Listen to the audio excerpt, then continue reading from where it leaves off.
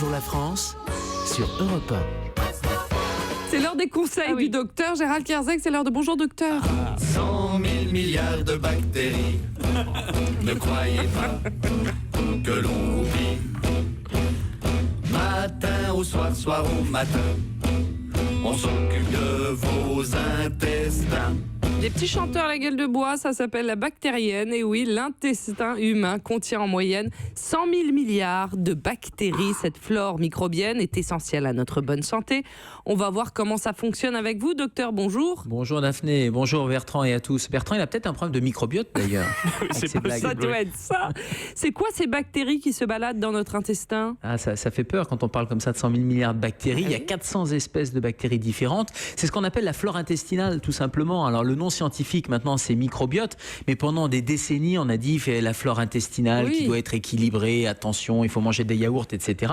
Et en fait maintenant ça a un nom scientifique parce que c'est de plus en plus étudié avec des bonnes bactéries et des mauvaises bactéries, mais tout ça fait partie d'un équilibre finalement avec le microbiome, c'est-à-dire une vraie vie à l'intérieur de nos intestins. Et le meilleur moyen de voir quand c'est détraqué, c'est quand vous prenez des antibiotiques par exemple, vous savez très bien que vous avez des troubles digestifs, tout simplement parce que les antibiotiques, qu'est-ce qu'ils font ? Ils tuent les bactéries, les méchantes dans vos poumons, sur la peau, etc. Mais aussi dans le tube digestif et ils vont complètement déséquilibrer. Mais ça sert à quoi ce microbiote ? Ça sert à plein de choses. On pensait que ça servait à pas grand-chose et puis là on s'aperçoit que ça sert à énormément de fonctions, aussi bien au niveau du tube digestif et en particulier ça évite les phénomènes inflammatoires. Vous savez, toutes ces maladies de Crohn, la rectocolite, toutes ces maladies inflammatoires de l'intestin, il y a probablement un déséquilibre du microbiote. Mais ça ne joue pas que sur le tube digestif, ça joue aussi au niveau du cerveau. Mais quel rapport entre le microbiote, les bactéries, le tube digestif et le cerveau ?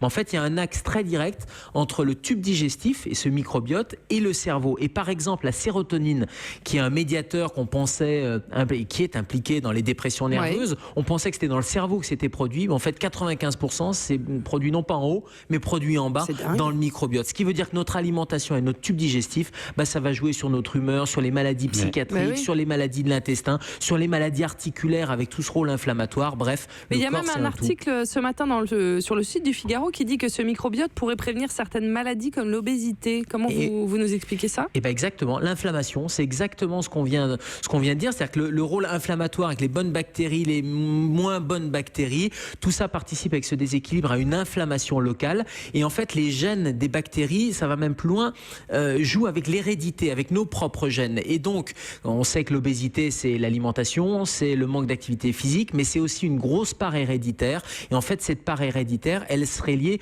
aux interactions entre nos gènes à nous et les gènes des bactéries. Et ces interactions-là vont faire qu'il y a une inflammation locale. Et l'obésité, c'est une vraie maladie, c'est une maladie chronique. Et c'est de plus en plus considéré comme une maladie chronique inflammatoire. Et ça ouvre toutes les pistes thérapeutiques qu'on peut imaginer. Vous imaginez, si on traite votre microbiote, si on traite par votre alimentation, avec des choses particulières qui influenceraient dans un sens ou dans l'autre, on arriverait peut-être à stabiliser ou guérir l'obésité. Gérald, on parle beaucoup maintenant d'une espèce de thérapie miracle qu'on appelle la bactériothérapie et je vais un peu en dégoûter certains de ce qu'on appelle le transplant fécal. Qu'est-ce que c'est ? Un transplant fécal, c'est comme son nom l'indique, c'est qu'on prend des matières fécales d'un individu à un autre. Alors, c'est très utilisé, par exemple, quand il y a des résistances bactériennes. C'est-à-dire qu'il y a des gens qui sont résistants à des bactéries, qui ont des infections, des septicémies. Alors, c'est utilisé pour l'instant à l'hôpital. Et pour justement restaurer des bonnes bactéries qui vont participer au système immunitaire, parce que c'est le système immunitaire qui est un peu faible, eh bien, on va leur transplanter un bon microbiote de quelqu'un qui a un bon système immunitaire à quelqu'un qui a une déficience. Des matières fécales saines. Des matières fécales saines, retravaillées, etc. Ça se fait pas à la maison, évidemment, ça se fait à l'hôpital, mais c'est une piste thérapeutique parce que plutôt que d'aller retaper avec du bazooka antibiotique, alors que c'est déjà les antibiotiques qui ont provoqué le déséquilibre, vous voyez bien qu'on rééquilibre de manière un peu naturelle. Et cette technique pour la maladie de Crohn, c'est une bonne idée, non ?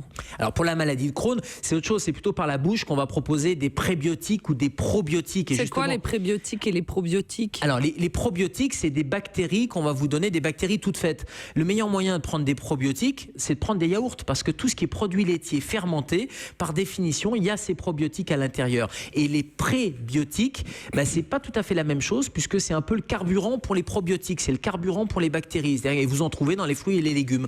Voilà pourquoi manger des fibres, manger des fruits, manger des légumes, ça va nourrir les bonnes bactéries. Si en plus vous prenez des yaourts tous les jours, donnez-nous 2 conseils pour que notre microbiote se porte bien. Manger des yaourts tout le temps. Alors c'est pas forcément la peine de prendre des compléments de probiotiques, vous savez, ça se vend en capsules, etc. Si on n'aime pas les yaourts, c'est bien aussi. Je comprends rien, mais je croyais que ça donnait mal au ventre, moi, les yaourts, que ça se digérait mal. Avec modération. Et non, parce que dans les yaourts, il y a à la fois le lactose, mais il y a aussi les enzymes, la lactase pour mieux le digérer, et il y a aussi les probiotiques. Donc s'il y avait un conseil, ça serait de manger des yaourts, et on peut... Et si on est allergique au lactose, on fait comment? Je suis là pour poser les questions qui fâchent. Généralement, c'est pas une allergie au lactose. Quand on est allergique au lactose, il y a des vraies allergies, mais dans l'immense majorité des cas, c'est une intolérance au lactose. Voilà, intolérance. Pourquoi? Parce qu'on n'a pas d'enzyme qui s'appelle la lactase. Donc vous pouvez pas prendre de lait parce qu'avec le lait, il n'y a pas la lactase. En revanche, avec le yaourt, il y a la lactase qui est dedans.